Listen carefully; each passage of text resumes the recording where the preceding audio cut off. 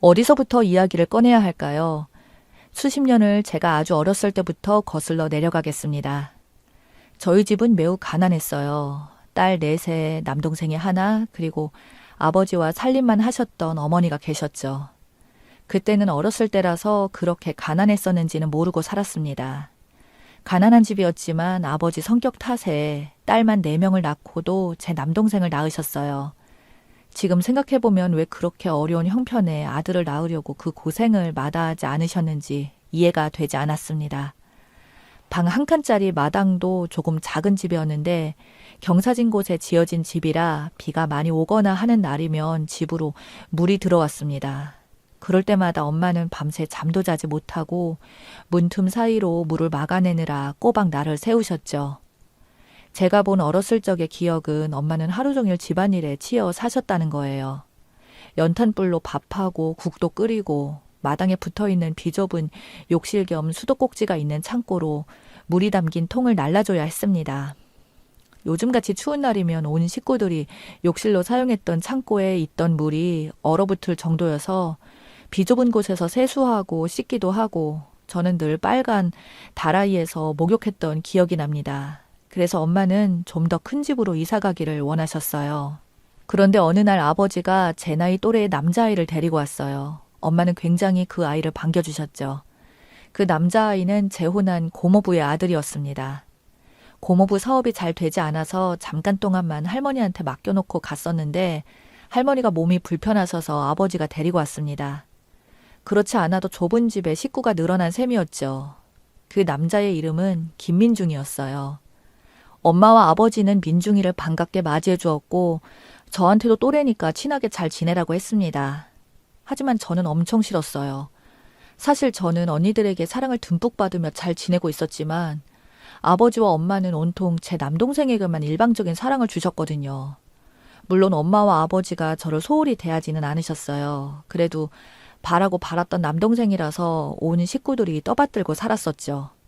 참 애매한 위치에 있었던 저에게 또 다른 남자아이가 나타나서 가족들의 관심을 받고 있으니 정말 싫었습니다. 그러면서도 금방 적응해서 마치 자기 집처럼 그 좁은 집에서 뛰어다니고 하는 그런 모습도 싫었어요. 언니들도 민중이한테 나처럼 잘해주고 엄마도 그렇고 아버지도 그렇고 제가 약간 소외된 느낌이 들었거든요. 그래서 제가 정말 미워했어요. 저는 민중이한테만큼은 심하게 굴었어요. 얄미워서 많이 꼬집었어요.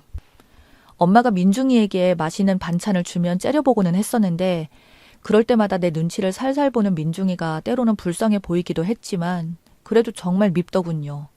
그런 저를 언니들이 야단도 많이 치고 엄마도 저를 타이르셨습니다. 그리고 불쌍하다며 민중이를 더 감싸셨어요. 그럴 때마다 저는 민중이에게 너네 집에 빨리 가버리라고 소리를 지르고 했었죠. 그때는 어린 마음에 그랬지만 그러면서도 민중이 불쌍해 보여서 그러면 안 된다고 생각했었는데도 잘 제어가 되지 않았습니다. 그런 나를 꾸짖는 언니들이나 엄마가 싫었고 정말 내가 나쁜 애였구나 라는 생각에 약간 혼란스러운 감정이었어요. 엄마 말처럼 부모를 떠나와서 혼자 많이 주눅이 들어있는 민중이한테 제가 친구처럼 잘 해줘야 하는데 그러면 안 되는 거라고 하는 말은 그 어린 나이에도 다 이해를 했습니다. 그러면서도 그게 뜻대로 되지 않더군요. 아마도 엄마의 사랑을 남동생에게 뺏겼었는데 민중이가 와서 엄마와 언니들의 사랑을 갖는 것에 굉장히 질투가 났었던 것 같습니다. 잠깐 동안만 있겠다던 민중이는 국민학교 들어갈 나이가 되어서야 저희 집을 떠나서 자기 아버지한테로 갔습니다. 그렇게 밉고 구박했던 민중이가 막상 간다고 하니까 마음이 좋은 것만은 아니었어요. 아버지 따라서 가려던 민중이가 저희 엄마 품에 달려와서 울었어요. 그런 모습을 보던 저도 민중이가 이제 한 식구처럼 정이 들만 했었는데 가버리니까 섭섭했습니다. 민중이에게 미안했었다고 말하고 싶었지만 어떻게 말해야 할지 몰랐어요. 민중이는 저를 한 번도 쳐다보지 않고 그냥 가버렸죠. 엄마 아빠도 없이 눈치만 보는 불쌍한 아이한테 왜 그렇게 못되게 굴었을까 하고 자책을 하고는 했어요.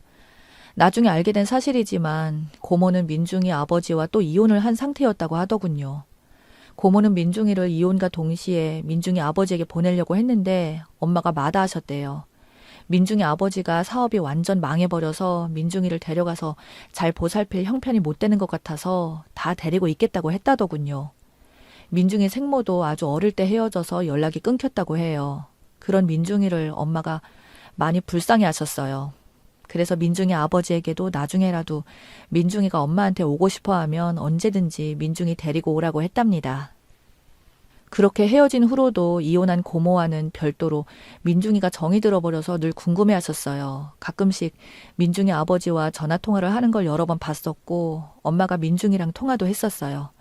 그러다가 민중이 아버지가 기반이 잘 잡혀서 살만했는지 다시 재혼을 했다는 말을 듣고 연락을 끊었습니다. 엄마는 무소식이 희소식이러니 하셨고 그렇게 잊고 살아왔어요. 저는 가정이 어려운 형편에도 불구하고 공부를 곧 잘하는 편이라서 대학에 입학했어요. 언니들은 모두 다 고등학교만 졸업하고 취업했습니다. 모두 가정 형편 때문에 꿈도 못 꿨거든요. 언니들은 저와 남동생만큼은 제대로 공부시키고 싶어 했어요. 언니들이 취업해서 번 돈으로 엄마에게 생활비를 조금씩 보태면서 저와 남동생에게 학원도 보내주기도 했고 저의 대학 학비도 일부 보태기도 했었죠. 다행히도 저는 대학에 입학해서 무난히 졸업했습니다. 하지만 남동생은 가족들의 기대에도 불구하고 공부에는 취미가 없었어요. 엄마와 아버지는 하나밖에 없는 아들은 꼭 좋은 대학에 가야 한다고 생각이 있으셔서 수능을 3번이나 봤는데 또 떨어졌습니다. 그렇다고 해서 엄마와 아버지가 실망을 해서 남동생에게 야단을 치거나 화를 내거나 하진 않으셨어요. 언니들도 마찬가지였고요. 오히려 행여나 마음이나 다치지 않았을까 하고 남동생을 걱정했을 정도였죠. 그렇게 온 식구들이 제 남동생을 어린아이처럼 끔찍이도 사랑했습니다. 이제 다 큰 청년인데도 말입니다. 오로지 저만 남동생에게 유일하게 야단치면서 공부 그따위로 백날 해봤자 소용없다고 힘 빠지는 소리를 했었죠. 언제까지나 언니들이 남동생의 뒷바라지를 해줄 수도 없는 노릇이었어요. 그래서 더 이상 남동생에게 재수는 안 된다고 했고 눈을 낮춰서 목표하는 대학보다 낮은 곳으로 입학할 것을 권했어요. 그렇지만 가족의 기대치가 목표로 하는 대학이었던 만큼 남동생도 그것을 저버리고 싶지 않았던 모양이었습니다. 그래서 저와 남동생이 심한 말다툼을 했어요. 언제까지 무책임하게 재수만 하고 있을 것이냐고 했었죠. 큰언니도 너 때문에 시집도 못 가고 있는데 정신 차리라고 분수에 맞는 대학 가라고 했습니다. 그날따라 남동생은 고개를 숙이고 제 말을 끝까지 듣고 있다가 친구를 만난다면서 집을 나갔습니다. 그리고 그것이 마지막이었어요. 군복무 중에 휴가 나온 친구를 만나고 나오는 길에 뺑소니를 당한 겁니다. 친구를 만나면 늦게 들어와도 엄마는 꼭 남동생이 들어와야 잠이 드셨어요. 그날도 깨어 있었던 엄마가 먼저 연락을 받았는데 얼굴이 하얘지셔서 말을 더듬더군요. 남동생은 뜻밖의 사고를 당해서 수술 도중에 하늘나라로 갔습니다. 엄마는 처음에는 믿지 않으시다가 병원에서 쓰러지셨어요. 아버지는 남동생을 잃은 슬픔에 빠질 새도 없이 엄마가 제정신을 찾지 못해서 어쩔 줄 몰라 했고 그걸 지켜보던 저도 충격에 빠졌었죠. 안녕이란 인사도 없이 이렇게 허무하게 갈 수가 있는지 그렇게 모질게 말했던 제 자신이 정말 미웠어요. 이렇게 저희 가족 모두가 멘붕인 상태에서 어떻게 멘탈을 잡고 있을지 모를 때 한 청년이 제게 다가왔습니다. 그날은 남동생이 사고가 나서 하늘나라로 간 당일이었어요. 엄마는 링거를 맞으면서 누워 계셨고 저는 엄마 옆에서 정신이 빠진 상태에서 훌쩍거리며 울고 있었습니다. 병실 안으로 누가 들어와서 옆에 있는지도 모르고 엄마 옆에서 엎드려서 훌쩍거리고 있었죠. 누가 제 어깨를 토닥거리는 것 같아 돌아봤는데 모르는 사람이었어요. 그런데 그가 엄마한테 그랬어요. 엄마, 저 왔어요. 그 청년이 엄마한테 엄마라고 부르는 것이 이상하다 싶었습니다. 그런데 정말 희한하게 엄마가 희미하게 눈을 뜨더니 웃으면서 그랬습니다. 정수야, 언제 왔니? 마치 깨어있었던 사람처럼 남동생이 이름을 불렀어요. 이제 왔어요. 라고 하면서 엄마 손을 잡고 마치 남동생인 것처럼 저와 엄마를 바라봤습니다. 엄마는 그때부터 그 청년을 남동생이라고 했어요. 그도 다름 아닌 오랜만에 헤어졌던 민중이가 소식을 전해 듣고 찾아왔던 거예요. 키도 크고 멋진 청년으로 성장해서 알아볼 수 없었지만 민중이는 저를 알아보고 제 이름을 불렀어요. 생김새로는 알아볼 수 없었지만 아마도 저일 거라고 생각했다더군요.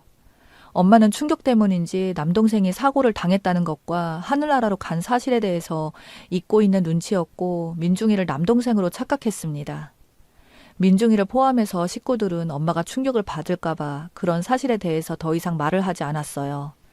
엄마는 심장이 많이 안 좋은 상태여서 정신적인 스트레스를 받으면 안 된다고 했습니다. 그래서 민중이는 엄마 앞에서만 동생처럼 행동했고 정신이 없는 저희 가족들을 대신해서 뒷수습을 했어요. 아버지도 이렇게 힘들 때 민중이가 나타나서 힘이 되어줘서 많은 힘이 되는 듯 했습니다. 매일 병원에 와서 잠깐이라도 엄마와 얘기를 주고받고 했어요. 다행히 그 덕에 엄마는 퇴원을 할 수 있었고 통원 치료만 받으러 다니면 된다고 했습니다. 그때까지도 엄마는 민중이를 정수라고 불렀습니다. 그리고 자연스럽게 저희 집에 살다시피 했어요. 엄마의 건강이 우선이었기 때문에 엄마의 아들로 살았습니다. 민중이는 고맙게도 정말로 저희 엄마를 친엄마처럼 대했어요. 아버지도 그런 민중이를 보면서 큰 위로를 받으셨어요. 민중이는 그동안 훌륭하게 자랐더라고요. 민중이도 가족들과 떨어져서 지냈기 때문에 엄마의 정을 모르고 살다가 올해 집에 와서 엄마와 누나들의 사랑을 받으니 많이 그리웠다고 했습니다. 저희 집을 떠난 후에도 그 기억이 떠나질 않았다고 했어요. 민중이 아버지는 늘 사업 때문에 바빴고 새엄마와는 대면대면해서 가족의 정이라는 것은 없었다고 했어요. 민중이 아버지가 하시던 일이 다시 잘 되어서 경제적으로는 풍족해서 일하는 아줌마가 있긴 했지만 늘 저희 가족이 그리웠기 때문에 그 먼 곳에서 집 앞까지 찾아온 적도 있었다고 했습니다. 그때도 학교에서 돌아온 저를 보고는 그냥 단념하고 돌아왔다고 했어요. 집에도 생각날 때면 한 번씩 엄마의 목소리를 듣고 싶어서 전화를 걸어보곤 했었는데 유독 엄마보다 제가 더 전화를 자주 받더랍니다. 그럴 때는 그냥 끊어버렸고 어쩌다가 엄마를 전화를 받은 날에는 기분이 째졌다고 하더군요. 항상 엄마라고 부르고 싶었는데 그러지 못했다고 했습니다. 그렇게 가족이라는 울타리가 그리웠던 민중이는 우리와 한 집에서 살게 되었어요. 엄마의 건강은 한층 더 나아지는 듯 했고 아버지도 민중이를 친아들처럼 대하셨어요. 저와 민중이도 처음에는 엄청 서먹했었는데 예전과는 다르게 제가 민중이한테 친절하게 대하니까 무척 고마워했습니다. 제가 먼저 고마워해야 하는 게 맞는 거죠. 우리 엄마와 아버지께 친아들처럼 정말 잘 대해줬어요. 그 덕분에 남동생을 잃은 슬픔에서 빨리 헤어나올 수 있었던 것 같습니다. 그렇지만 민중이를 그 옛날에 구박하고 미워했던 제가 선뜻 나서서 미안했었다고 말은 하지 못하고 속으로만 담고 있었어요. 대신에 그 옛날의 저와는 다르게 정말 잘 대해주었습니다. 그러다가 듬직한 민중이를 그만 좋아하게 되어버렸어요. 어쩜 이렇게 멋있게 자랐는지 볼수록 진국이더라고요. 하지만 속을 드러내놓진 않았어요. 그러던 어느 날이었습니다. 엄마 때문에 남동생 얘기는 꺼내지도 못했는데 엄마가 저에게 그러더군요. 숙청아, 모레가 정수가 간 날이잖니. 이제는 정수 보러 갈 수 있을 것 같다. 같이 가자. 라고 했어요. 저는 깜짝 놀랐어요. 엄마, 이제 기억나는 거야? 기억이 난 지는 한참 되었는데 표현을 하지 않았을 뿐이었고 민중이가 가족처럼 제 자식 같아서 멀어지기 싫어서 모른 척하고 계속 민중이에게 정수라고 했다고 했습니다. 이젠 담담하게 하늘나라에 간 아들을 마주할 수 있다고 했어요. 저는 그런 엄마에게 역시 우리 엄마야. 엄마는 이겨낼 줄 알았어. 라고 하면서 안아드렸어요. 그때부터 엄마는 민중이에게 정수라고 불렀다가 민중이라고 불렀다가 했습니다. 엄마가 기억이 돌아오고 안정이 되어서 참 기뻤고 이게 모두 다 민중이 덕분이라고 생각해서 더욱 고마웠어요. 그래서 용기를 내어서 그 옛날에 그렇게 구박하고 미워하며 못되게 굴어서 참 미안했었다고 사과를 했습니다. 그러자 그렇게 말을 해줘서 고맙다고 하면서 드디어 마음을 터놓고 서로 말을 할 수 있어서 참 좋다고 하더군요. 그런 후에 우리는 친구처럼 친하게 지내다가 연인 사이가 되었습니다. 그리고 모두의 축복 속에 결혼을 앞두고 있습니다. 민중이는 결혼 후에도 우리 엄마와 아버지를 모시고 함께 살자고 하더군요. 민중이 아버지는 잘 살고 계시니 신경 안 써도 된다고 그러더라고요. 그렇게 민중이는 부모님의 아들로서 사위로서 역할을 다 하면서 살고 싶어 했습니다. 전생에 무슨 이런 깊은 인연이 있지 않고서야 민중이가 우리 집에 오게 되었을까 싶었습니다. 그토록 미워하고 구박했던 그 천덕꾸러기 같은 남자아이가 저와 결혼할 사람이었다니 참 인연이라는 것이 묘하다는 생각이 듭니다. 여러분, 우리의 결혼을 축복해 주세요.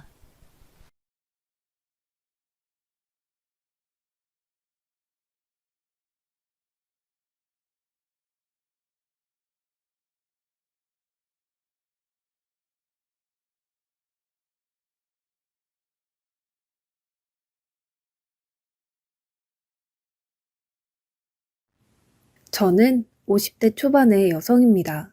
늘 힘들기만 했던 제 인생에 5년 전 기적이 찾아왔던 이야기를 해보려고 해요. 저는 보육원에서 자라 늘 가족이 있는 사람들을 부러워했어요. 그래서 꼭 좋은 사람을 만나서 가정을 이루는 게 꿈이었어요. 고등학교를 졸업하고 보육원을 나오면서 어느 작은 회사에 취직을 하게 됐어요. 공장에서 일을 하고 옆에 있는 기숙사에서 자취할 수 있는 곳이었어요. 열심히 돈을 모아서 혼자 자취할 만큼 컸어요. 나만의 공간을 가지고 싶었거든요. 그렇게 돈을 모으는데 열중했던 어느 날 남편을 만나게 되었어요. 사무직이었던 남편이 공장에 샘플을 전달하러 왔다가 저와 만나게 된 건데요. 저는 그때 공장 사무실에서 격리를 하고 있었어요. 남편은 제가 마음에 들었는지 처음 만났을 때부터 친근하게 말을 걸었고 그런 남편이 좋았습니다. 친절하고 따뜻하게 대하는 사람이 별로 없었으니까요. 처음 받아보는 친절에 마음을 뺏겼던 것 같아요. 남편과 6개월 정도 사귀다가 결혼을 했습니다. 어릴 때부터 꿈꿔왔던 가족이 생긴다는 것에 너무 마음이 벅차서 결혼식 내내 울었던 기억이 나네요. 남편은 그런 저를 보면서 결혼식 날 신부가 그렇게 울면 이혼한다는데 라면서 놀리는 바람에 더 울었었네요. 시어머니는 말이 없었고 묵뚝뚝해 보이셨지만 고아인 저를 받아주신 것만으로도 감사해서 처음 뵈었던 날 큰절까지 올렸습니다. 그리고 누구보다 잘 살겠다고 약속했어요. 결혼 후 몇 년간은 별일 없이 잘 지냈어요. 두 아이가 태어났고 저는 애들을 키우랴 남편 뒷바라지하랴 매일 정신이 없어서 하루가 어떻게 가는지도 모르고 지냈어요. 그때 시어머니 댁에 반찬과 김장김치도 제가 다 했는데 지금 생각하면 그 많은 일을 어떻게 다 했나 엄두가 나지 않네요. 그런데 남편이 조금씩 변해갔어요. 원래 성품이 나았다고 하는 게 더 맞을 것 같아요. 언젠가부터 남편은 월급을 제대로 가져다 주지 않았는데 알고 보니 시어머니가 월급을 달라고 했다는 거였어요. 어머님이 당신의 월급을 달라고 하셨다 그래도 우리가 쓸 것은 남기고 드려야지. 그렇게 다 가져다 드리면 애들은 어떻게 키우고 우리 생활비는 어쩌고. 지금 당장 내일 장볼 돈도 없는데 미리 말을 해주던가 라고 말하자 남편은 버럭 화를 냈어요. 아니, 그동안 내가 가져다 준 돈 다 어쩌고 내일 장볼 돈도 없다고 그래? 그렇게 돈을 물 쓰듯 낭비하니까 엄마가 돈을 달라고 하셨지. 당신 진짜 어쩌려고 돈 관리를 그따위로 하는 거야? 저는 너무 황당하고 어이가 없어서 말했어요. 당신이 가져다 준 돈이 얼마나 된다고 그렇게 말해? 우리 생활비하고 적금 넣고 하면 빠듯해서 남는 것도 없어. 그건 당신이 제일 잘 알잖아. 그리고 내가 무슨 낭비를 해? 낭비할 돈도 없지만 난 몇 년째 옷도 하나도 안 사 입었어. 그렇게 말하면 나는 억울하지. 시끄러워. 앞으로 엄마가 용돈 조금씩 보낸다고 하니까 그걸로 써. 진짜 내가 엄마 보기 창피해서. 라며 소리를 지르고 집을 나가더군요. 시어머니는 제가 친정이 없다고 은근히 일도 많이 시켰고 갑자기 불러서 저녁을 지어라, 친구들이 오니 밥상 차려라. 그런 일은 일도 아니었지만 꼭 다 참고 시키는 대로 해왔어요. 그렇게 하는 게 집안에 분란도 안 생기고 나는 미움받아도 우리 애들은 사랑받을 거라고 믿었기 때문이었어요. 하지만 남편의 월급을 가져가는 건 도저히 이해가 되지 않았어요. 어머니, 현수 아빠한테 들었는데 월급을 달라고 하셨다면서요? 그런데 그 돈은 제가 적금을 넣고 애들하고 생활도 해야 돼서요. 니네 쓸 돈은 준다고 성준이가 얘기 안 했니? 그동안 보니까 네가 씀씀이가 해프더라. 야채 같은 것도 쓸데없이 많이 사오고 내 식구 먹으면서 뭘 그렇게 많이 사는 거냐? 그래서 내가 가지고 있으면서 쓸 만큼만 주겠다고. 어머니, 제가 장을 많이 본 건 어머니가 저희 반찬을 많이 가져가셔서 넉넉히 만드느라고 그랬던 건데요. 시끄럽다. 너 말하는 게 아주 이상하다. 지금 나 때문에 돈을 많이 썼다는 거야? 그렇게 나오시니 저는 더 이상 아무 말도 할 수 없었어요. 그때부터 저는 시어머니에게 매주 조금씩 돈을 다 써야 했는데 그 돈으로는 애들한테 들어가는 걸 쓰기에도 부족했어요. 남편한테 사정을 얘기하고 용돈을 좀 나눠달라고 했지만 남편은 코웃음만 치더군요. 내가 나가서 사람들 만날 때 돈 없어서 쩔쩔 매야겠어? 사회생활 하는 사람이 여유가 있어야지. 언제 무슨 일이 생길 줄 알고. 막말로 갑자기 친구라도 만나면 내가 돈 한 푼 없이 가서 얻어먹기만 해야 돼? 다른 집 마누라들은 남편 자존심 세워준다는데 보고 잘한 게 없어서 그런가? 은근히 제가 구하라는 걸 비아냥거리더군요. 저는 너무 억울했지만 더 이상 아무 말도 하지 않았어요. 제 말이 통하지 않는다는 걸 몇 번의 경험을 통해서 알았으니까요. 저는 제가 할 수 있는 일들을 찾기 시작했고, 집에서 할 수 있는 인형 눈 붙이기부터 밤 까는 일들을 했습니다. 손도 많이 가고 힘이 드는 거에 비해서 돈은 조금이었지만 그나마 집에서 애들을 보면서 할 수 있는 일이었어요. 사정이 이런데도 시어머니는 주는 돈을 더 줄이더군요. 요새 돈 좀 번다며? 그럼 더 안 줘도 되지? 라면서 조금씩 줄이더니 어느 날부터인가는 한 푼도 보내지 않았어요. 어머니, 이번 주는 돈 언제 보내주세요? 원래 어제 주셔야 했는데. 네가 버는 돈으로 충분히 쓰고 살겠더만. 굳이 내 아들이 번 걸 그렇게 가져다 쓰려고 드니? 너도 좀 염치가 있어봐라. 다른 집 며느리들은 직장도 좋은 데 다녀서 집에 도움이 되고 시댁에도 돈 펑펑 쓴다는데 너는 어째 타갈 생각만 하니? 내가 무슨 번듯한 사돈집이 있어서 어디다 자랑을 할 수 있기를 하나. 그렇다고 며느리가 직업이 빵빵해서 덕을 볼 수 있기를 하나. 아이고 내 팔자야. 저 드드라는 듯이 신세 한탄을 하시더군요. 저는 그래서 어머니한테 돈 받는 걸 포기했어요. 그리고 애들은 어린이집에 맡기고 다닐 수 있는 일을 찾았고 보험 설계사의 일을 시작하게 되었습니다.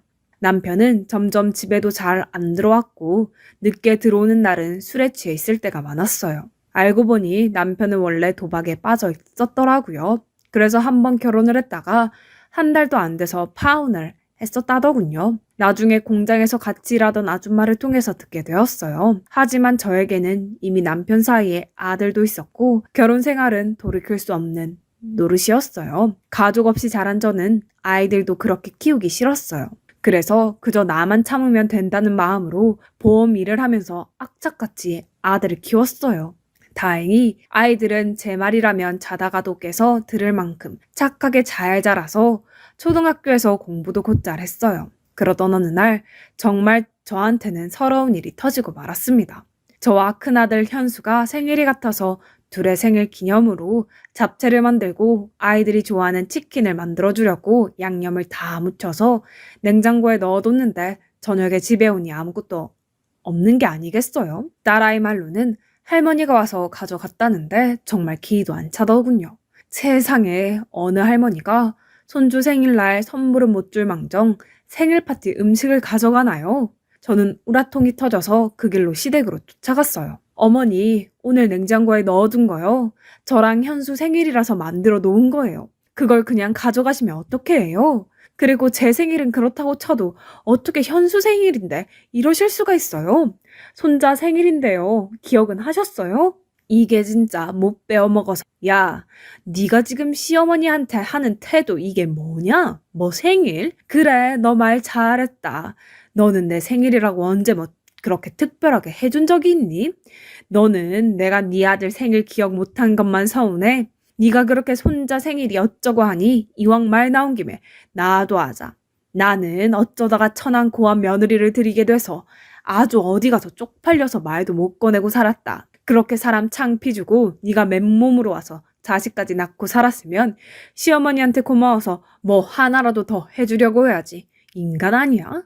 네가 성준이가 아니었으면 너는 아직 시집도 못 가고 공장에 더 있었어. 네 인생 피게 해줬으면 매일 감사하다고 해도 부족한 일 아니니? 처음에 만났을 때는 큰절을 하고 부산을 떨더니 내가 돈 좀 관리하고 집에 저녁 반찬거리 좀 가져왔다고 이렇게 쫓아와서 사람을 못 살게 굴고 시건방을 떨어? 너 그냥 나가. 나도 더는 못 봐주겠어. 계속 이럴 거면 혼자 나가. 저는 애들을 두고 나가라는 말에 시어머니가 저한테 퍼부었던 막말을 그저 다 흘려듣고는 집으로 얼른 돌아갔어요. 남편은 역시나 집에 들어오지 않았고 새벽 동이 틀 무렵 제가 출근하려고 일어날 때 술에 취해 들어와서 씻지도 않고 잠이 들었어요.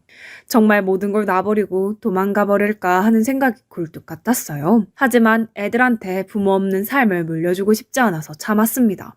그러던 어느 날 저는 보험 계약을 하는 분과 이야기를 하다가 경찰에 가족 찾기라는 프로그램이 있어서 거기에 DNA를 등록하면 가족을 찾아준다는 말을 듣고는 경찰서를 찾아가서 DNA를 등록하게 되었어요. 혹시라도 제 가족 중에 누군가가 있을지 모른다는 희망을 가지고 말입니다. 그만큼 시어머니와 남편이 제게 주는 서름은 너무나 컸습니다. 하지만 시간이 지나도 연락은 오지 않았고 저도 처음에는 궁금해서 몇 번 경찰서도 찾아가 보고 연락도 해봤지만 아무 성과가 없자 그냥 포기를 하고 살게 되더군요. 그리고 반년 후 남편은 회사에서 정리해고를 당했어요. 전화로 딸에게 아빠가 정리해고됐다며 집에 있는다는 이야기를 듣고 서둘러서 들어가 보니 시어머니가 계시더군요. 저는 얼른 애들을 학원에 보냈어요.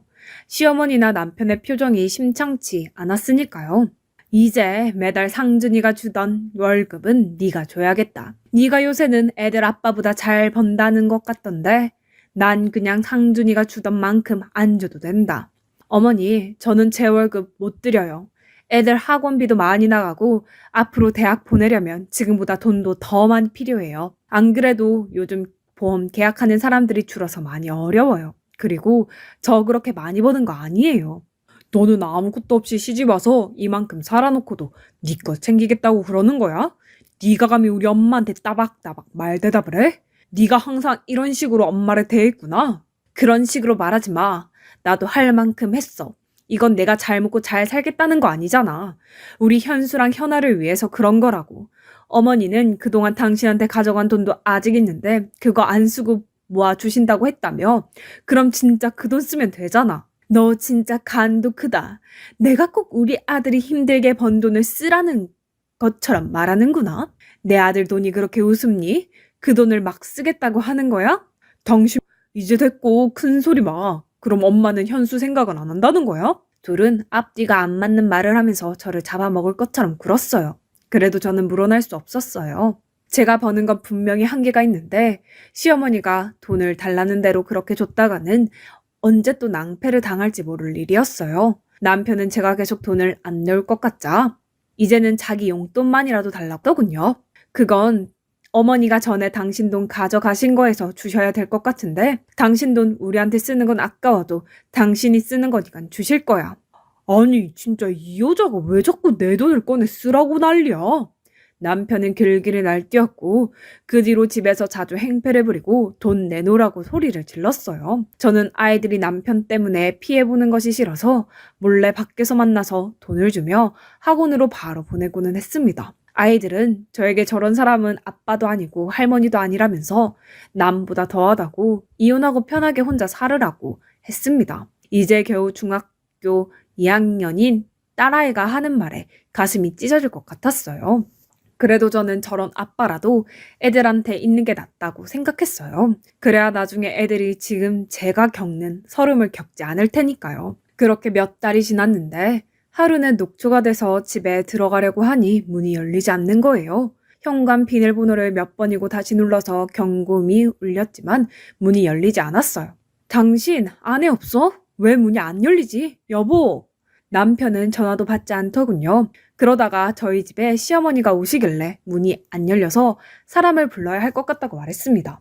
그랬는데 시어머니는 문을 열고 들어가 버리더니 잠가 버리더군요. 네가 돈을 못 주겠다면 우리도 가만히 있을 수 없다.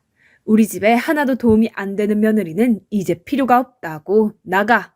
여보, 어머님 말씀이 진짜야? 맞아? 계속 문을 두드리자 남편은 나와서 저에게 삿대질을 하면서 다 필요 없다는 말 못 들었어? 나가라고. 학원에서 밤늦게 온 아이들은 이 사실을 알고 울고불고 난리가 났지만 시어머니는 오히려 니들이 그러면 엄마만 더 힘들게 될 줄 알아. 현수 너 함부로 엄마 찾겠다고 나서면 가만 안 둘 거야. 라면서 애들한테 겁을 줬다고 하더군요. 저는 결국 혼자서 잠만 잘 수 있는 원룸을 구했고 더 악착같이 돈을 모아야겠다는 생각에 야식업체에서 설거지까지 했어요. 가끔 애들을 보러 가는 날이면 눈물바다가 됐어요. 애들은 자꾸 저와 살겠다고 했지만 아직은 그럴 형편이 아니었어요. 저는 그저 애들에게 조금만 더 참으라고 말할 수밖에 없었어요. 그러던 어느 날 저는 뜻밖의 전화를 받았습니다. 가족 찾기에 등록한 DNA와 일치하는 사람들이 나타났다는 거였어요. 너무 믿기지 않아서 경찰서로 쫓아가니 지난주에 어떤 할아버지가 어렸을 때 잃어버린 딸을 찾고 싶다고 오셨는데 DNA 검사 결과 가족인 것으로 밝혀졌다고 말해주는데 저는 입이 다물어지지 않았어요. 저는 그날 제 가족이라는 분들과 만났습니다. 진짜 제가 맞아요? 거짓말 아니죠? 제 가족 맞죠? 정말이죠? 제가 몇 번이고 얘기를 하자 그분들은 저를 껴안으며 펑펑 우셨어요. 알고 보니 제가 3살이 되던 해 할머니가 어떤 무당한테 제가 집에 있으면 가세가 기운다는 말을 듣고 가족들 몰래 저를 보육원에 버리셨다는 거예요. 할머니는 저를 잃어버렸다고 거짓말 하셨다가 돌아가시기 직전에 사실대로 말씀하셨다고 하네요. 그러다가 제 어머니가 중병에 걸려서 돌아가시기 전 저를 꼭 보고 싶다고 하셔서 혹시나 하는 마음에 저를 찾게 되었다고요. 저만큼이나 가족들도 힘든 생활을 보냈구나 생각하니 눈물이 앞을 가렸어요. 그리고 제 이름은 이유미가 아닌 박혜선이라는 것도 알게 되었습니다. 저는 가족들에게 이끌려 어머니를 보러 병원으로 갔어요. 엄마, 혜선이요. 엄마가 그렇게 보고 싶어하는 혜선이 왔어요. 오빠가 하는 말에 주무시고 계시던 엄마는 눈을 뜨시고 앙상한 손을 뻗어 제 손을 잡으셨어요. 엄마, 엄마. 저는 다른 말이 나오지 않아서 그저 엄마라고만 하면서 울었습니다. 어머니는 병원에서 제 손을 잡아보시고는 며칠 뒤에 세상을 떠나셨습니다. 만나자마자 이별한 어머니지만 저는 어머니를 만난 게 너무 감사하기만 했어요. 아버지는 대기업에서 임원으로 계시다가 은퇴하셨고 오빠 부부는 대학 교수이고 남동생은 치과 의사였어요. 갑자기 생긴 제 가족들은 다들 너무 근사해서 기가 죽더군요. 혜선아, 너를 부끄럽게 생각하면 안 된다. 넌 네가 있던 환경에서 최선을 다해서 살았고 그래서 우리를 다시 만났잖아. 나는 우리 딸이 너무 자랑스럽다. 저는 아버지의 말에 눈시울이 붉어졌어요. 정말 내 아버지라서 이렇게 내 마음을 알아주나 싶은 생각이 들었어요. 아버지는 엄마 단둘이 살고 계셨는데 엄마를 보내고 혼자가 되었으니 당분간 저와 같이 살고 싶다고 하셨어요. 저는 그게 너무 좋기도 했지만 애들이 걸렸어요. 그래서 일단 제 사정을 오빠한테 얘기했어요. 아버지한테 말하면 충격 받으실까봐 걱정이 됐거든요. 오빠는 아버지한테 말해도 괜찮을 거라면서 잘 말씀드리자고 했고 제 처지를 들은 아버지는 화가 나셔서 그 자리에서 일어나 당장 아이들을 데리러 가자고 하셨어요.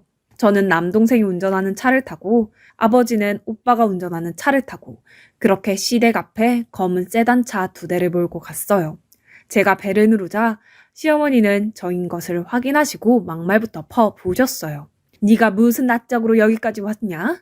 이제 돈 좀 내놓을 생각이 들어? 그러자 아버지가 큰 소리로 저희 손주들 데리러 왔습니다 라고 하셨고 그 말에 시어머님과 남편이 어리둥절해서 나오더군요. 남편은 저와 제 식구들을 위아래로 훑더니 어디서 등골 빼먹을 영감이라도 구했어? 그래서 이렇게 와서 큰 소리 치는 거야? 내 자식들 그런 구질구질한 돈으로 키우게는 못하지 라고 하자 진짜 생각하는 수준하고는 저분이 제 아버지세요. 우리는 혜선이 가족입니다. 라며 저를 가리키자 남편과 시어머니는 어리둥절해 하더군요. 오빠 남동생이 우리 애들 옷가지와 책들을 챙기는 동안 저는 시어머니와 남편에게 제 가족을 찾은 얘기를 했어요. 제 얘기를 들은 2사람은 얼굴이 하얗게 질려서 아버지를 보다가 점점 고개를 숙이더군요. 돈 때문에 항상 걱정이 많으신 것 같으니 이제 제 손주들은 제가 챙기겠습니다. 그동안 제 딸한테 하신 것에 대해서는 차차 어떻게 할지 변호사와 상의할 거고요. 라고 하셨고 변호사 소리를 들은 시어머니와 남편은 표정이 굳어졌어요.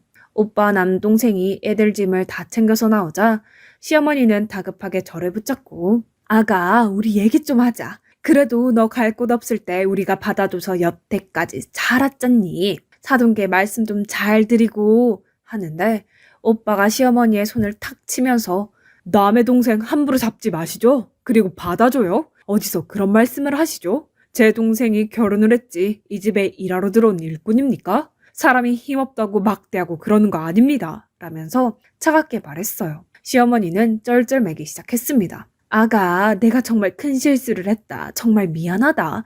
내가 잘못했어. 여보, 미안해. 당신이 돈 안 주니까 그만 욱해서. 정말 내가 바보 같아서 미안해.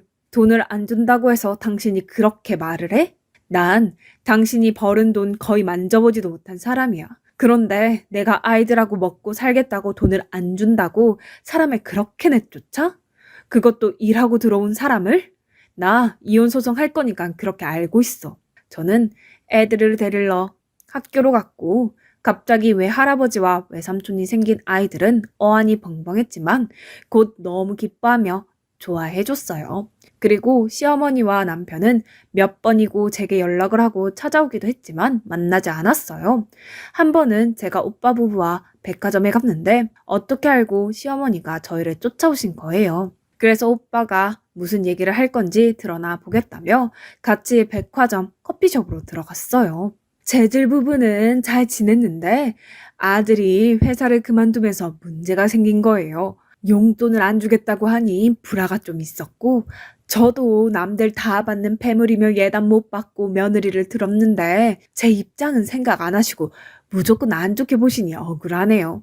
좋습니다. 그 용돈이라는 것과 패물 예단해드리고 저희도 가정폭력과 협박으로 아드님과 사돈분 정식으로 고소하겠습니다. 아니 그러시면 얘기가 틀려지죠.